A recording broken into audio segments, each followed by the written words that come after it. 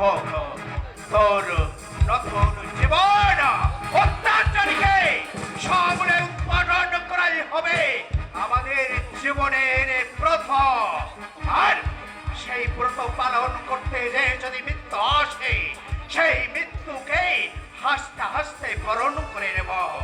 তবে মৃত্যুর ভয়ে ভীত হয়ে অত্যাচারীকে তার অত্যাচার কিছুতেই হতে দেব না। আয় আয় আয় আমার সঙ্গে।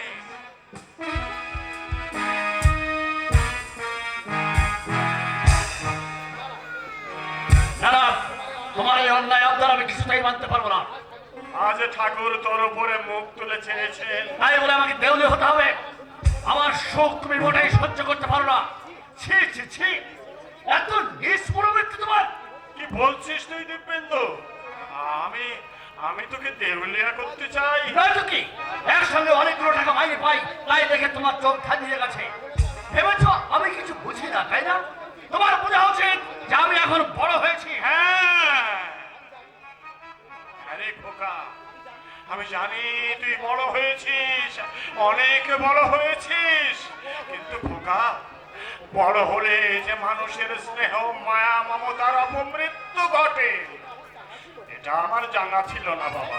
তার মানে কি বলতে চাও তুমি? আমি আমার জন্য কিছুই বলছি না বাবা।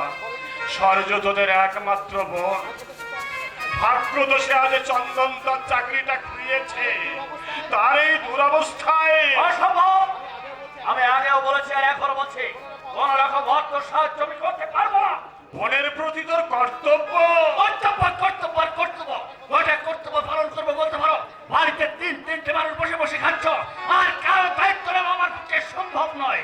দিব্যেন্দু, এত বড় কথা তুই আমায় বলতে পারলি বাবা? ওরে, আমি ইচ্ছে করলে ওই সরযুকেও ধনীর ঘরে বিয়ে দিতে পারতাম, কিন্তু তোদের মুখের দিকে চেয়ে আমি তা করিনি রে। কারণ ধনীর ঘরে সরজুর বিয়ে দিলে তোকে যে আমি উচ্চ শিক্ষায় শিক্ষিত করতে পারতাম না। তোমার ওই একই কথা শুনে শুনে কান আমার পচে গেছে। বলো, আমাকে লেখাপড়া শিখাতে তোমার কত টাকা খরচ হয়েছে? কত টাকা পেলে তোমার ঋণ শোধ হবে? দিব্যেন্দু,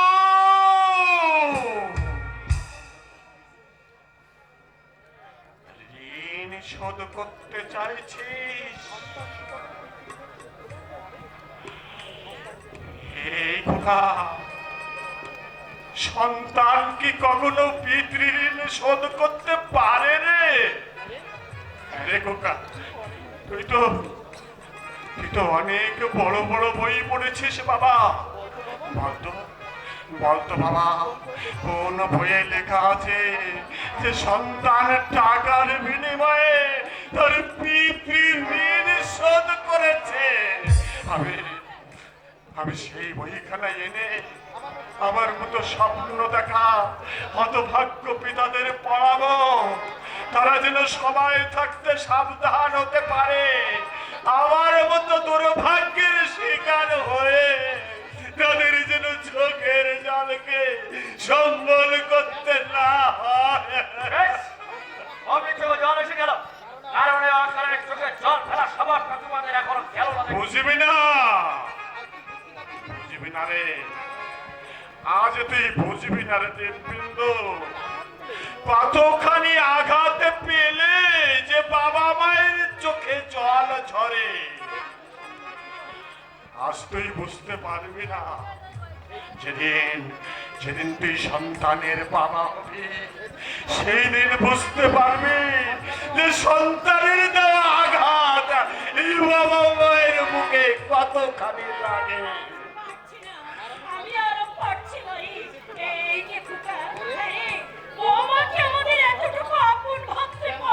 কেন তোমাদের কোন বাড়া ভাত ছাই দিয়েছে শুনি? আমাদের জ্বালা যন্ত্রণা দেয়, এমনকি খাওয়ার খোটাও দেয়। তুই তো সবসময় বাড়িতে থাকিস না, তাই তোর চোখে পড়ে না। আমরা তো মানুষ, এভাবে আর কত সহ্য করবো বল? তোমাদের স্বভাবে তোমরা লাঞ্ছনা গঞ্জনা খাচ্ছ, তার জন্য আমি কি করতে পারি বলো? তোর কি কিছুই করার নেই? না রে, আমি জানি কোন স্ত্রীকে তোমরা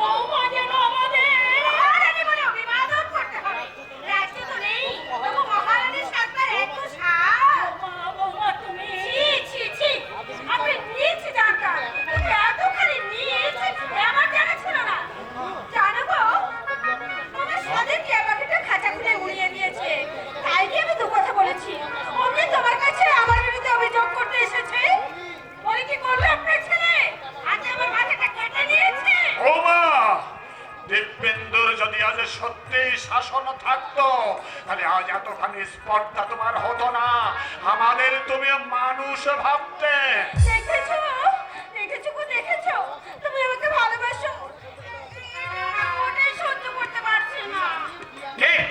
আমি? তুই যে কি তা তুই নিজেই ভালোভাবে জানিস, আমার বলার অপেক্ষা রাখে না। দেখেছো গো, দেখেছো তোমার খাচ্ছে, তোমার করছে, আর তোমাকে টোকা নিয়ে শাসন করছে। ছি ছি ছি, লজ্জা খেলতে বলতে এদের কিছুই নেই। বৌমা, এই দিব্যেন্দু তোমার স্বামী হওয়ার আগে আমাদের সন্তান, তাই ওর প্রতি তোমার চেয়ে আমাদের অধিকারও কম নয়। এই, দেখো দেখো আমাকে শুধু শুধু কেমন অপমান করছে। আমি তো অন্যায় কিছু বলিনি। ওগো তুমি আর বিয়ে করো, নইলে এই নরককুটে আমি এক মুহূর্ত থাকতে পারবো না। হ্যাঁ হ্যাঁ, বিহিত আমি করবো, বিহিত আমি করবো। শোনো বাবা, তনুকে এইভাবে অপমান করবার সাহস তুমি কোথায় পেয়েছো? বৌমাকে দুটো কথা বলেছি, অমনি তোর গায়ে ফসকা পড়ে গেল।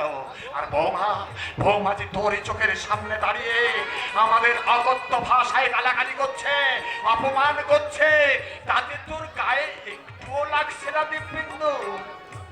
অস্তাচলগামী সূর্য বলে আজকে আমরা এতটাই মূল্যহীন, অবজ্ঞাই কি আজ আমাদের একমাত্র পাওনা? ওগো আমি তোমার কাছে পায়ে পড়ি, তুমি চুপ করো, তুমি চুপ করো। মমতা। অমৃতি, বাবা মা গো, বাবা মা। ওই সন্তানের দেওয়া সমস্ত আঘাত আমাদের যে নীরবে সহ্য করতে হবে গো, হবে। আচ্ছা, পুরো শহরকে আমাদের পিছনে লেলিয়ে দিয়ে সামনে আর মাছ থাকতে হবে না। বৌমা, শোনো বাবা, আমি তোমাকে আমার শেষ কথা জানিয়ে দিচ্ছি।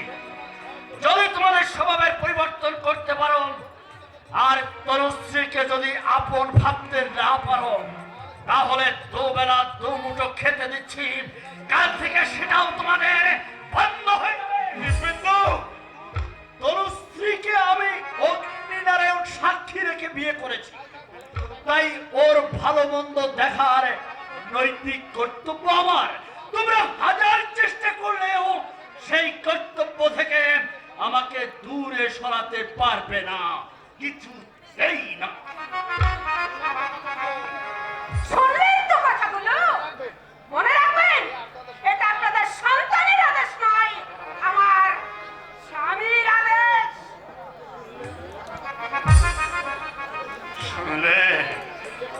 শুনলে মমতা, শুনলে আমাদের সুযোগ্য সন্তানের কথাগুলো শুনলে? হায় রে অদৃষ্ট, এই জন্যে কি নিজের সুখ ও স্বাচ্ছন্দ্য বিসর্জন দিয়ে ছেলেকে আমি লেখাপড়া শিখিয়ে মানুষ করেছিলাম? জবাব দাও চলমান শতাব্দীর মানব সমাজ, ছেলেকে মানুষ করে তার কাছে একটুখানি সুখের আশা করা কি অন্যায়?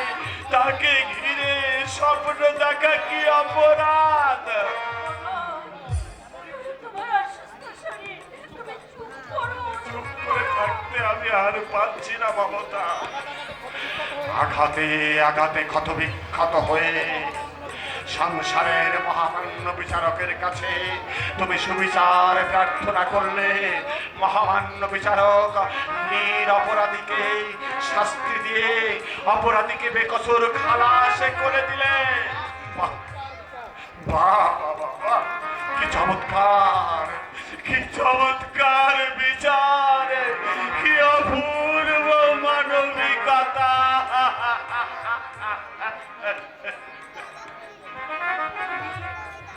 তুমি কাঁদছো? আমি কি শুধু একাই কাঁদছি মমতা? তোমার অন্তরটাও যে জ্বলে পুড়ে খাক হয়ে যাচ্ছে। আমি তো জানি মমতা, কিন্তু আজ আমি এমনই অক্ষম, না পাচ্ছি আমি নিজেকে সান্ত্বনা দিতে, না পাচ্ছি তোমার দুঃখে সান্ত্বনা দিতে। ওগো ওগো জগদীশ্বর, আর কেন ঠাকুর আর কেন?